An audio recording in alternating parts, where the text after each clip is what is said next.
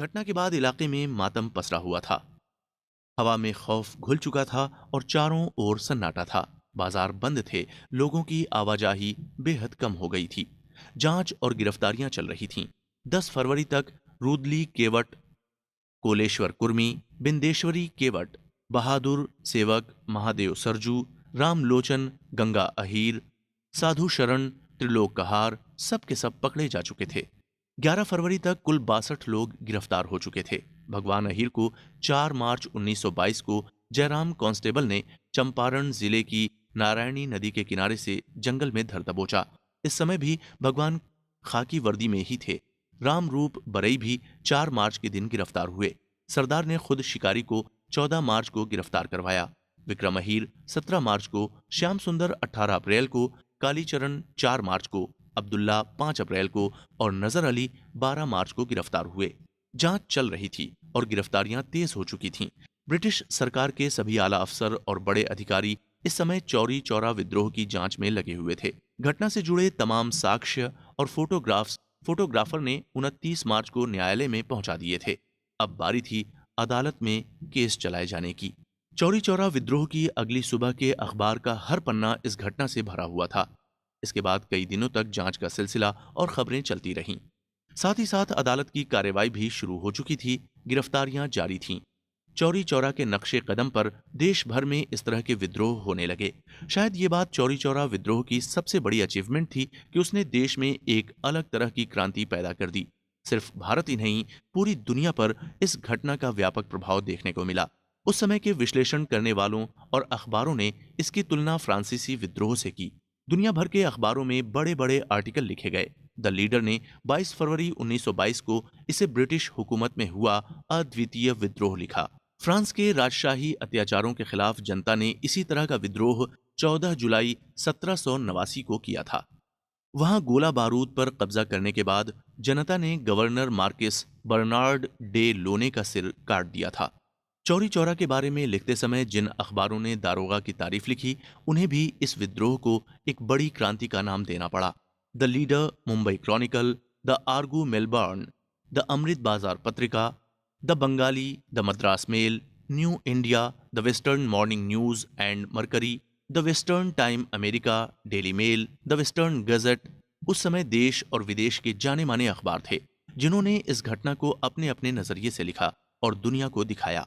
लेकिन सभी में दो बात कॉमन थी, वो ये कि सभी को क्रांतिकारियों और स्वयं सेवकों का नया रूप देखने को मिला, और दूसरी ये कि ब्रिटिश हुकूमत हिल चुकी थी। इन सब के बीच ब्रिटिश सत्ता का कॉन्फिडेंस डगमगा चुका था।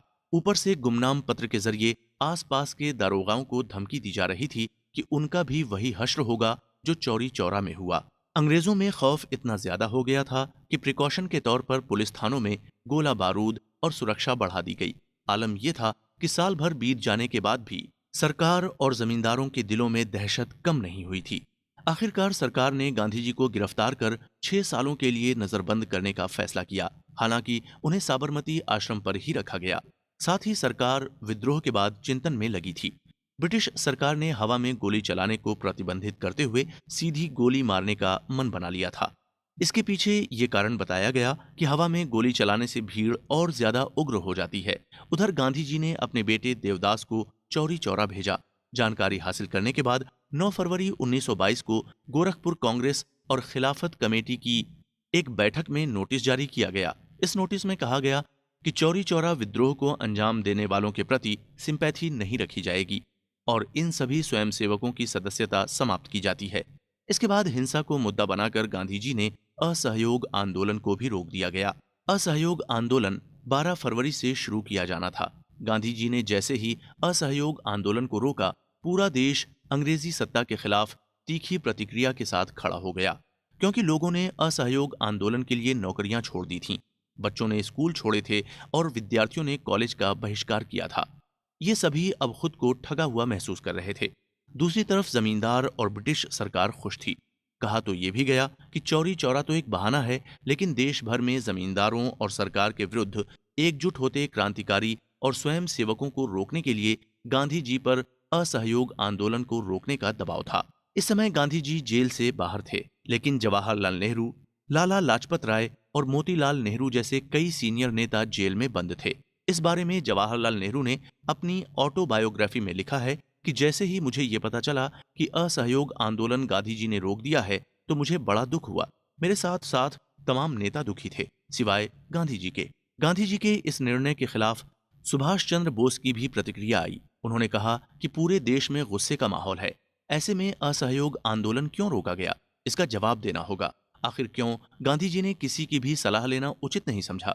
सुभाष चंद्र बोस ने लिखा कि जिस समय देश में जोश उबल रहा था, ठीक उसी वक्त पीछे हटना मेरी समझ से बाहर है। लाला लाजपत राय ने भी गुस्से में 70 पेज का लेटर लिखकर गांधी जी से सवाल जवाब किए। उन्होंने लिखा कि आपके हिसाब से जो लोग जेल में बंद हैं, वो नागरिकता की दृष्टि से मर चुके हैं और उन्हें कुछ कहने सुनने का अधिकार नहीं है। लाला लाजपत राय के शब्द उनके गुस्से के प्रतीक हैं।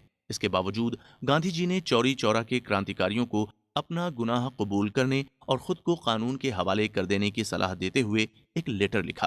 अब तक आप जान गए होंगे कि किस तरह से चौरी चौरा विद्रोह को अंजाम दिया गया। थाना जलाया गया, पुलिस वालों को मौत के घाट उतारा गया और करप्ट इंस्पेक्टर गुप्तेश्वर सिंह को जलाते हुए थाने में आग लगा दी। ये सब किसानों और गरीब लोगों ने क्यों किया, इसका कारण भी अब आप सभी जान चुके हैं। आप इस बात को भी अच्छी तरह से समझ चुके हैं कि आखिर चौरी चौरा विद्रोह का इंडियन इंडिपेंडेंस मूवमेंट में क्या इंपॉर्टेंस है। आगे हम आपको चौरी चौरा विद्रोह के बाद हुई महत्वपूर्ण घटनाओं के साथ अदालत की कार्रवाई के बारे में आपको डिटेल से बताएंगे।